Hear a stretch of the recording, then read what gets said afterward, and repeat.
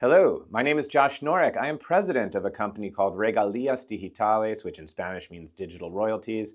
We represent some of the biggest artists in the world to get their songwriter or music publishing royalties from platforms like YouTube, Spotify, Apple Music, Amazon, you name it.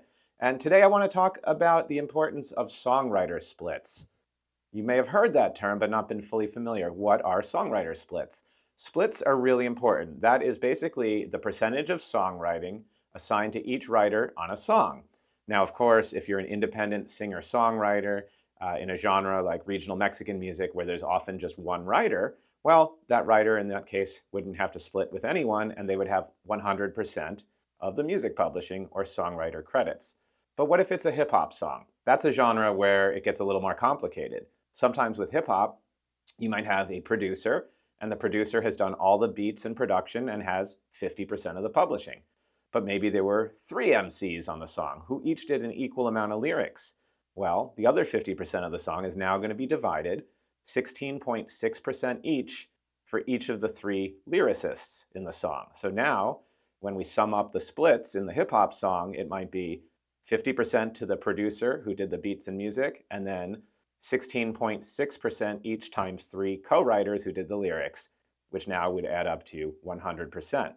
So one of the reasons why you want to have split sheets or something formal, if possible, to document the percentage of songwriting for each writer is that memories are short. Look, I may not look the part today, but in my youth, I was an MC in a Latin hip-hop group before I went to law school. I was signed to a label. I signed a publishing deal. And you know what? When you're in the studio, I get it. You're being creative. You don't want to be a buzzkill and say, hey guys, like what percentage of the publishing do I have on this song?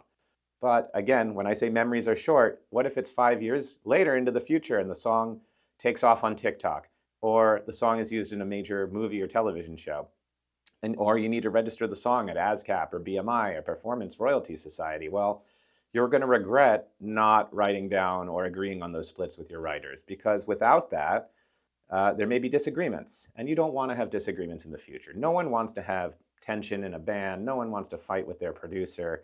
So just get it done. And if it's too hard to have a formal split document while you're in the studio or shortly after the song, send an email to all parties. Hey, I just want to confirm.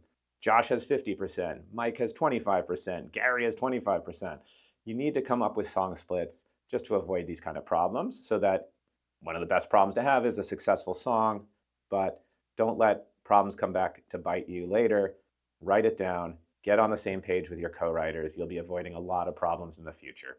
Now, if you are a writer who qualifies for a service, and I get this question a lot, what does it take to be with a company like Regalias Digitales? I have to be candid. We can only take on clients that have at least a couple songs hitting in the millions of streams. And this is just because, unfortunately, the royalty rates are quite low at these streaming services. It's really a volume game.